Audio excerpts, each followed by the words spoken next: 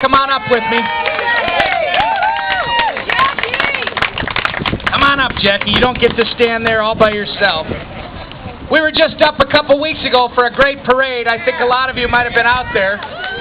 Jackie was out hoofing it, and I was out skating it. And I'll tell you, it was wonderful until I turned the corner after Main Street and saw those railroad tracks all stacked up on one another. Well, we made it, right? Somebody asked me, where is all your safety gear? And I said, I got it all right here. I'm all good. You know, again, thank you all for coming out today. We've had a wonderful turnout, and it's nice of Kurt to talk about the energy level, but it's not just mine, and it's not just Jackie. It's all of these people, and it's all of you. That's right. The energy is building.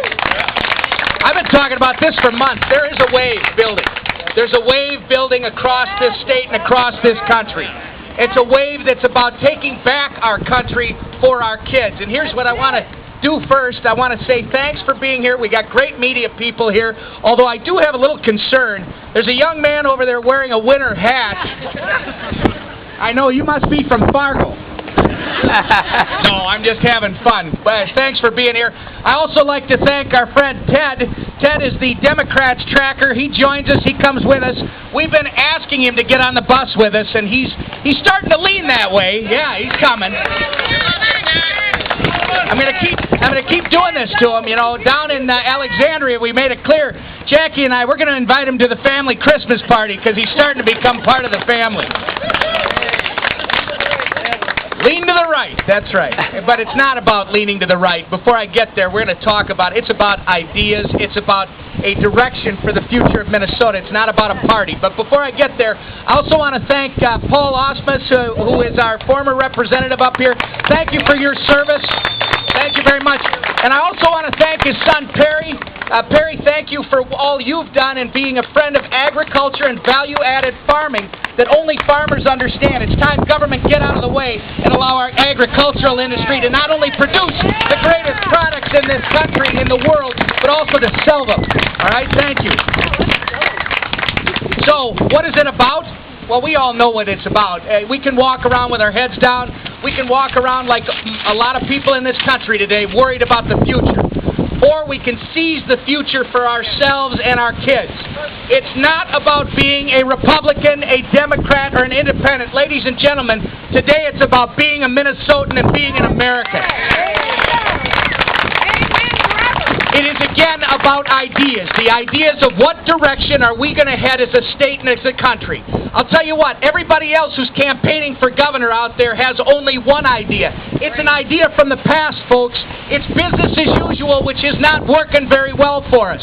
What is their idea? They call it the Minnesota Miracle, but folks, they're living in the 70s. The tax and spend model called the Minnesota Miracle did not work. Yes, it provided for a while, but this idea of bigger government, more taxes, bigger government, more taxes, it's not sustainable. We realize that today. It is time for a new message. While they travel the state talking about this, you must raise taxes or we're going to cut services, we have a different message. We're talking to people where they live, and we're suggesting that, you know what? Maybe it's time that the politicians that we put in office stop doing everything to protect government at the expense of its citizens, and that we start to look at government and ask questions, are we delivering the services people expect in the most efficient, affordable manner? And once we do that, then let's address the real problem in this state and in this country. Let's address the economic problem that we've created. Let's address it by pulling government back, putting people back in charge of their opportunities. Let the great entrepreneurs that are still in this state not only survive, folks, but start to thrive again and create opportunity for us and for our kids. That's the future for this state. Here's what we want to change. You know, Jackie, she's not allowed to do this. I'm going to out her right now. She loves this story that I tell about Amos and Eamon Bear that a lot of you know from the 7th District. She just says in my ear, hog farm, hog farm. You know, because I was going to leave it and move on. But this is what the issue is. You know, Jackie's always been there by my side. You guys know that. This is about the future that Jackie and I see for our kids, which means your kids and all of our kids. That's what we're talking about. This is the question, and she loves the story because it comes from a couple of guys that are just trying to make a living and make a better life for their family in this state.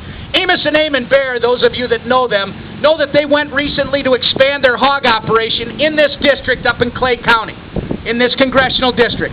Guess what? In order to expand that hog operation in the state of Minnesota, they would have had to invest up to $40,000 of their money and almost 2 years of their lives just to get through the state permitting process. The sad part is, even if they had invested that 2 years and $40,000, they had no guarantee of getting the permits that they required. More importantly, if they did get them, they still had to get through the process at the county and local level. Ladies and gentlemen, they did not follow that process. They chose not to invest all that money in that time in the state of Minnesota. They did it instead in the state of North Dakota. And today, they not only opened the operation within 6 months, but it has a payroll of $1.4 million. Those are jobs that should have been here in the state of Minnesota. So here, yeah, you're right. See, Jackie just told me, see, I'm right. She usually is. But this is what this group is talking about. While they talk about the Minnesota miracle of the 1970s, this group is traveling the state talking about the Minnesota miracle of the 21st century. It is time to start, that's right, it's time to start not only praying for it, but working for miracles like this. Wouldn't it be a miracle if 3M opened a new plant in the state of Minnesota? That would be a miracle. Wouldn't it be a miracle if Amos and Amon Bear would expand their chicken operation, the turkeys or the hogs, in Clay County? That would be a miracle. Wouldn't it be a miracle if we could make it work so that our mills could start to operate again in northern Minnesota? That would be a miracle. This is what we give to you. We are here to emphasize the word service in the term public service. We are here to run on behalf of Minnesota, for Minnesota, and guess what?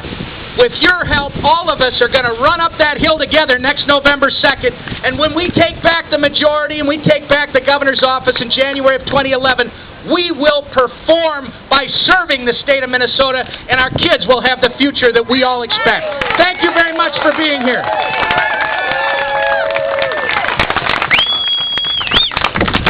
Are you fired up? Great. It's so critically important. It's so critically important. You want Gretchen